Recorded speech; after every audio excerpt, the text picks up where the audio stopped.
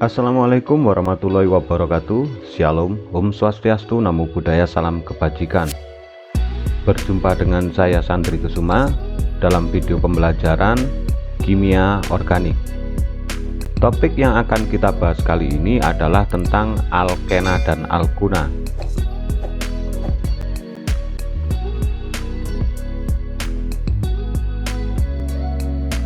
Alkena merupakan hidrokarbon yang mempunyai ikatan rangkap 2 karbon-karbon yang terbentuk karena overlap ikatan sigma dan ikatan pi yang terjadi karena hibridisasi orbital sp2 yang membentuk sudut ikatan kurang lebih 120 derajat. Jadi di sini dapat dilihat elektron pada subkulit 2s akan berpindah ke subkulit 2p. Selanjutnya terjadi hibridisasi membentuk sudut 120 derajat. Dan karena adanya hibridisasi ini, maka terdapat satu elektron yang tidak terhibridisasi. Di sini saya contohkan dua buah atom C yang berdekatan yang membentuk ikatan sigma pada elektron yang terhibridisasi dan ikatan pi pada elektron yang tidak terhibridisasi, sehingga terbentuk ikatan rangkap 2 antara karbon dan karbon, seperti contohnya pada senyawa etilena atau C2H4. Secara umum, rumus alkena adalah CnH2n. Rumus ini hanya berlaku untuk rantai karbon dengan satu ikatan rangkap.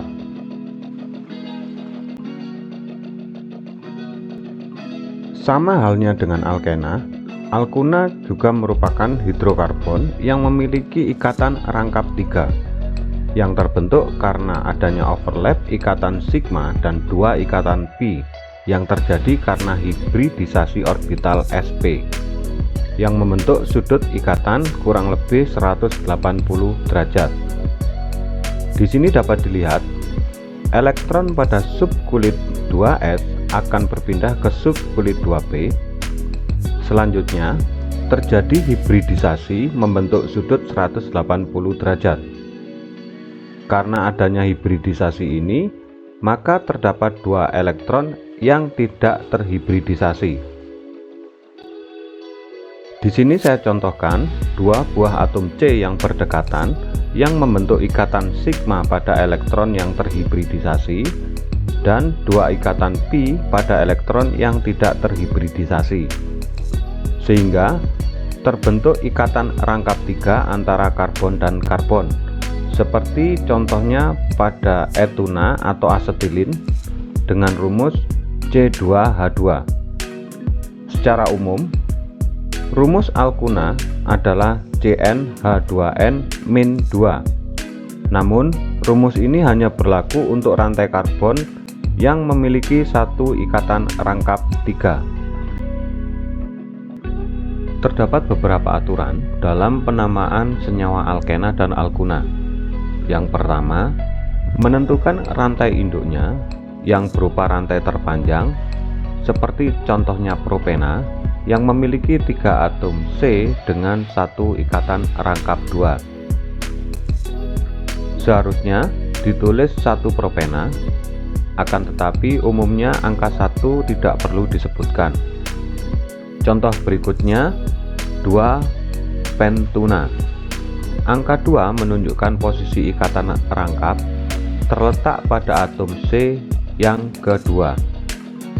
Jadi, karena tidak ada gugus lain, maka ikatan rangkap dihitung dari letak atom C yang terdekat dengan ujung. Bila jumlah ikatan rangkap lebih dari 1, maka diberi akhiran diena atau diuna untuk yang memiliki 2 ikatan rangkap, dan triena atau triuna untuk yang memiliki 3 ikatan rangkap, dan seterusnya. Seperti contohnya pada gambar 1,3 butadiena dan 1,3,5 heksatriuna. Yang berikutnya Jika pada rantai alkena terdapat gugus fungsional yang memiliki prioritas tata nama lebih tinggi, maka penomoran dimulai dari karbon yang paling dekat dengan gugus fungsi tersebut, seperti contohnya 5-heksen 2-ol. Jadi penomoran dari C sebelah kanan ke sebelah kiri. Berikutnya 2-kloro-3-pentuna. Penomoran dari C sebelah kiri ke sebelah kanan. Dan asam 2-pentenoat. Penomoran dari C sebelah kanan ke C sebelah kiri. Aturan yang keempat, pada sikloalkena yang berupa rantai tertutup, maka ikatan rangkap menempati posisi C1 dan C2, seperti contohnya pada bromosikloheksena. Dapat dilihat penomoran atom C1 dan C2 dimulai dari yang mengandung ikatan rangkap. Selanjutnya berputar dari berlawanan arah jarum jam, sehingga Br menempati posisi atom C ketiga. Berikutnya pada 1-metilsikloheksena, atom C1 dan C2 terdapat ikatan rangkap, dan atom C1 juga mengandung gugus metil, sehingga diberi nama 1-metilsikloheksena. Berikutnya pada 3-metil-1,4-sikloheksadena. Pada gambar ini atom C ke1 boleh diletakkan di atas atau di bawah.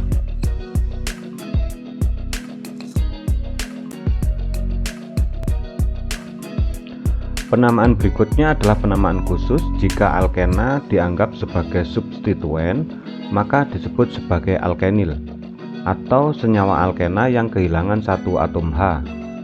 Contoh substituen alkenil adalah metilena, vinil, dan alil. Contoh penamaan apabila substituen ini berada dalam suatu senyawa adalah metilena siklopentana, vinil klorida, alil bromida.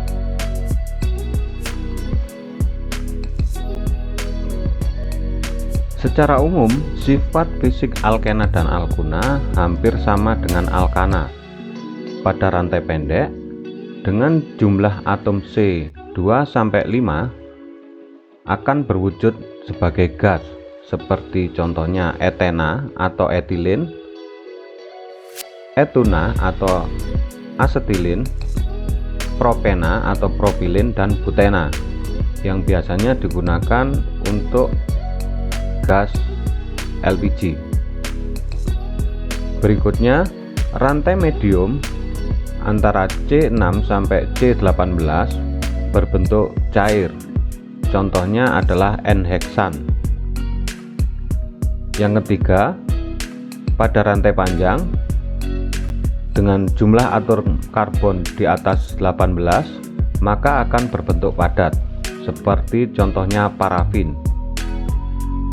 Sifat fisik yang berikutnya, pada penambahan gugus metilen dalam struktur alkena dan alkuna menyebabkan peningkatan titik didih kurang lebih 30 derajat. Yang kelima, adanya percabangan pada struktur alkena dan alkuna akan menyebabkan penurunan titik didih. Yang keenam, alkena dan alkuna sedikit larut dalam air, dan otomatis karena sedikit larut dalam air maka biasanya bersifat nonpolar.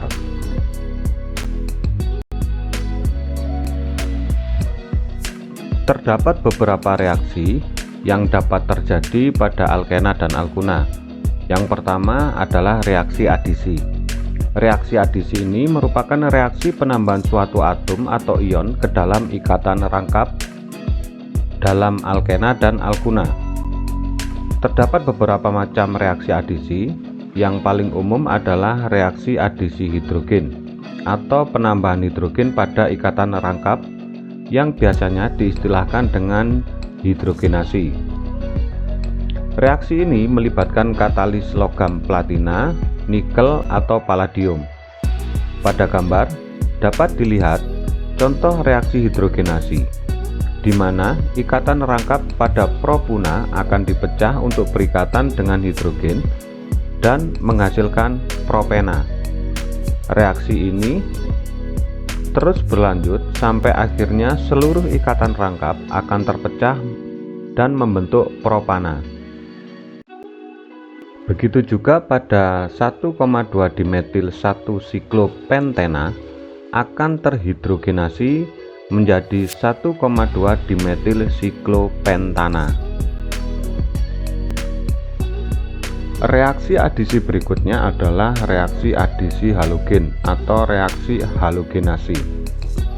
Halogen yang biasa digunakan untuk reaksi ini adalah brom dan klor yang dilarutkan dalam karbotetraklorida atau diklormetan.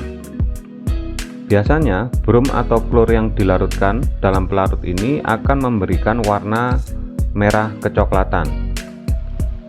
Bila suatu alkena atau alkuna direaksikan dengan larutan halogen ini, maka warna dari larutan halogen tersebut akan hilang, yang disebabkan karena halogen tersebut akan berikatan dan memecah ikatan rangkap dari alkena dan alkuna.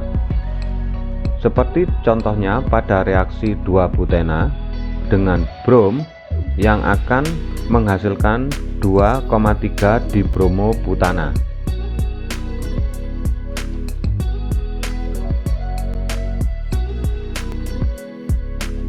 Begitu juga reaksi antara 2-butuna dengan brom akan menghasilkan 2,2,3,3 tetrabromobutana.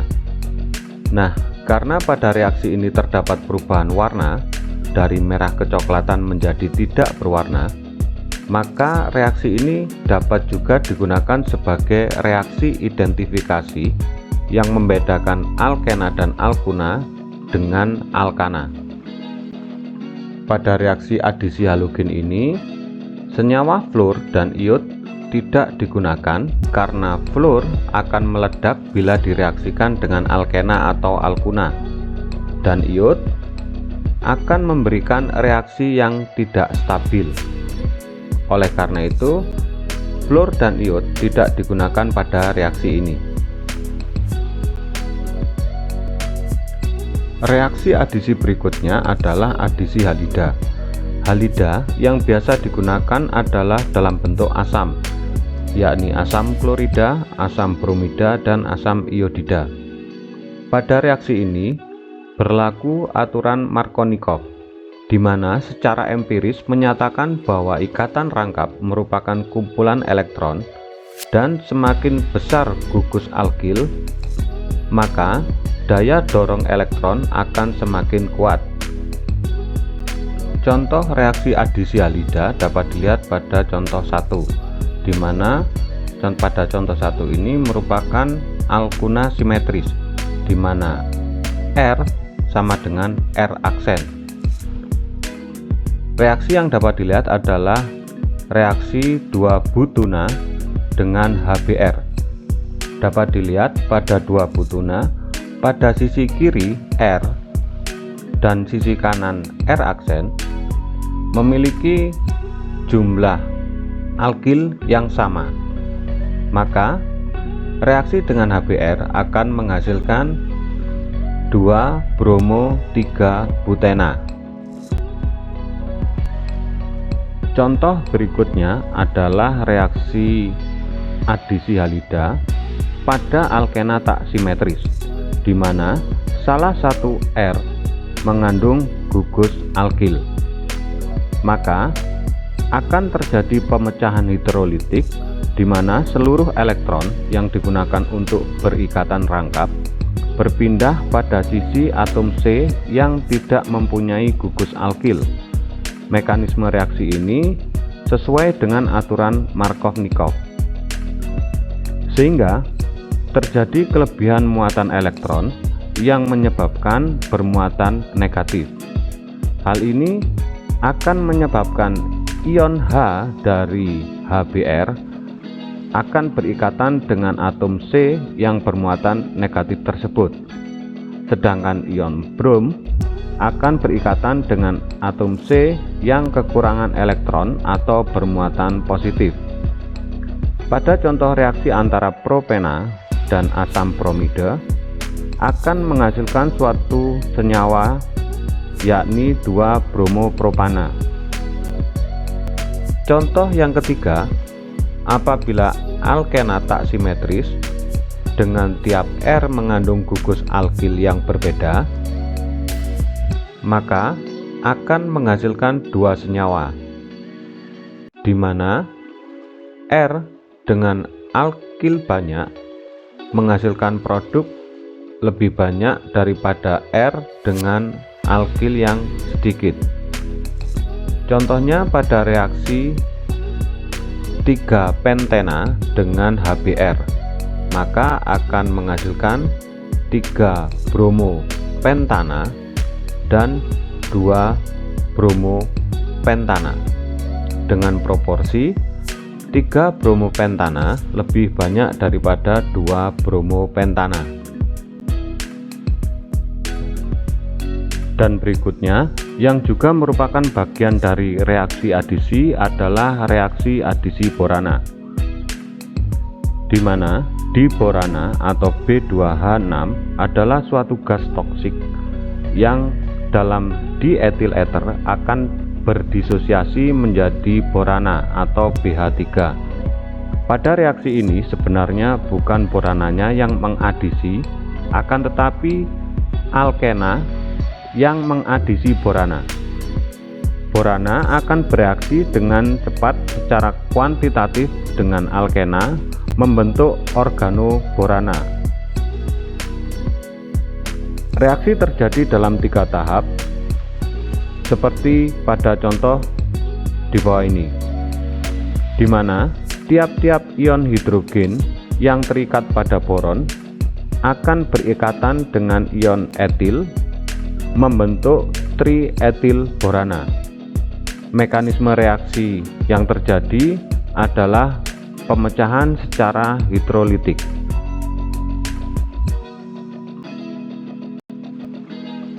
Reaksi lain yang dapat terjadi pada alkena dan alkuna adalah reaksi oksidasi. Reaksi oksidasi yang paling umum digunakan adalah dengan menggunakan KMnO4. Reaksi oksidasi alkena dengan menggunakan KMnO4 dingin dalam suasana basah akan menghasilkan suatu senyawa diol atau dialkohol, atau bisa juga disebut glikol. Pada contoh dapat dilihat, untuk alkena yang memiliki ikatan rangkap di ujung seperti contohnya pentena, maka oksidasi dengan KMnO4 akan menghasilkan 1,2 pentadiol. Untuk alkena yang mempunyai ikatan rangkap di tengah seperti contohnya 2-pentena, maka oksidasi akan menghasilkan 2,3 pentadiol. Dan untuk alkena siklik seperti contohnya sikloheksena, maka oksidasi dengan KMnO4 akan menghasilkan 1,2 sikloheksandiol.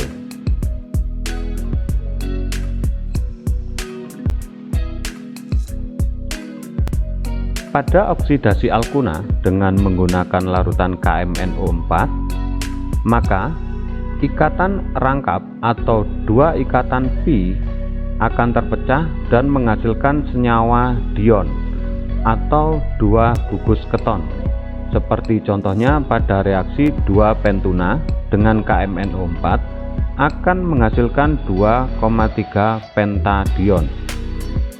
Sedangkan untuk alkuna dengan ikatan rangkap di atom C pertama, maka reaksi dengan KMnO4 akan menghasilkan senyawa ketoaldehid, seperti contohnya reaksi antara pentuna dengan KMnO4, maka akan menghasilkan 2 ketopentanal. atau disebut juga dengan 2-oksopentanal.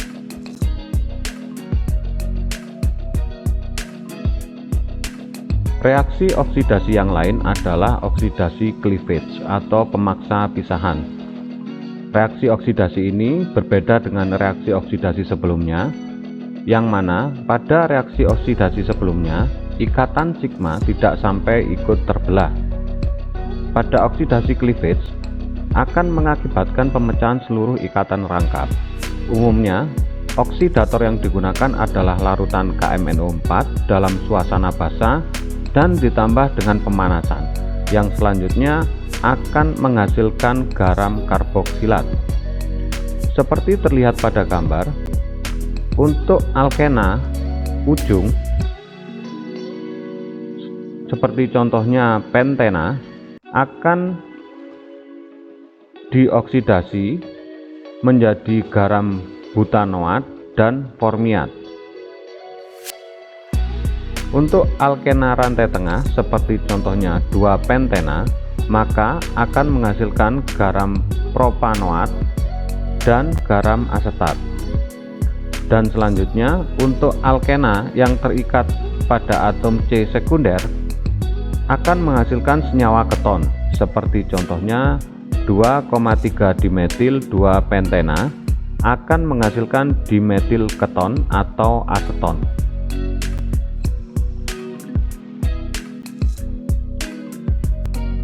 Berikutnya, untuk pembuatan senyawa alkena dapat dilakukan dengan beberapa cara, antara lain dehidrasi alkohol, eliminasi halida, dan reaksi cracking. Pembuatan alkena dengan dehidrasi alkohol, mekanisme yang terjadi yaitu pengikatan gugus OH dan H dari atom C yang berdekatan dari suatu senyawa alkohol dengan menggunakan asam sulfat pekat atau Al2O3. Pada alkohol primer, reaksi dehidrasi ini menghasilkan alkena rantai ujung seperti pada gambar. Reaksi dehidrasi butanol menjadi butena. Pada alkohol sekunder, reaksi ini akan menghasilkan alkena rantai tengah seperti pada gambar. Reaksi dehidrasi 2-butanol menjadi 2-butena dengan menggunakan asam sulfat encer dengan konsentrasi 2-6 molar. Apabila menggunakan asam sulfat pekat, maka akan terjadi polimerisasi dan tidak terbentuk alkena. Pada pembuatan alkena dengan reaksi eliminasi alkil halida, mekanisme yang terjadi hampir sama dengan reaksi sebelumnya, yaitu pengikatan gugus halida dan hidrogen dari dua atom C yang berdekatan. Pada halida yang terikat pada atom C primer akan membentuk alkena ujung seperti contoh 1-butil klorida menjadi butena. Dan pada halida yang terikat pada atom C sekunder akan terbentuk alkena tengah seperti contoh 2-butil klorida menjadi 2-butena. Berikutnya, pembuatan alkena dengan cara reaksi cracking atau pemecahan molekul besar menjadi molekul kecil. Reaksi ini membutuhkan kondisi-kondisi tertentu seperti suhu tinggi, tekanan tinggi. Seperti contohnya reaksi cracking dari butana menjadi etilena dan etana, membutuhkan suhu kurang lebih 500 sampai 700 derajat Celcius. Selanjutnya, untuk pembuatan alkuna dapat dilakukan dengan reaksi eliminasi alkil dihalida, di mana pada dasarnya reaksi ini merupakan dehidrohalogenasi alkil halida menggunakan basa kuat dengan kondisi yang sangat kuat. Mekanisme reaksi yang terjadi terdiri dari dua tahap seperti terlihat pada gambar, di mana pada tahap pertama terjadi pembelahan hidrolitik oleh klor karena adanya pengaruh kation dari basa, sehingga klor tereliminasi dari ikatan karbon dan menyebabkan terbentuknya karbokation. Berikutnya, karena adanya pengaruh muatan negatif dari basa, maka H juga akan meninggalkan karbon untuk berikatan dengan OH, yang mengakibatkan terbentuknya C yang bermuatan negatif. Muatan positif dan muatan negatif dari atom karbon yang berdekatan ini maka akan berikatan membentuk ikatan rangkap. Pada tahap kedua, yang terjadi juga sama seperti tahap pertama. Maka pada produk akhir dari hasil reaksi ini adalah senyawa alkuna. Metode pembuatan alkuna yang lain adalah dengan menggunakan garam sodium amida, di mana mekanisme reaksi yang terjadi sama dengan reaksi eliminasi dengan menggunakan basa. Untuk pembuatan alkuna dengan ikatan rangkap yang berada di tengah rantai karbon, maka senyawa alkil dihalida yang digunakan adalah senyawa yang mengikat halida pada rantai tengah. Untuk membuat senyawa alkuna yang memiliki ikatan rangkap di ujung, maka digunakan senyawa alkil dihalida yang mengikat halida pada atom C pertama dan kedua, atau bisa juga dengan menggunakan alkil dihalida yang mengikat halida pada atom C pertama saja.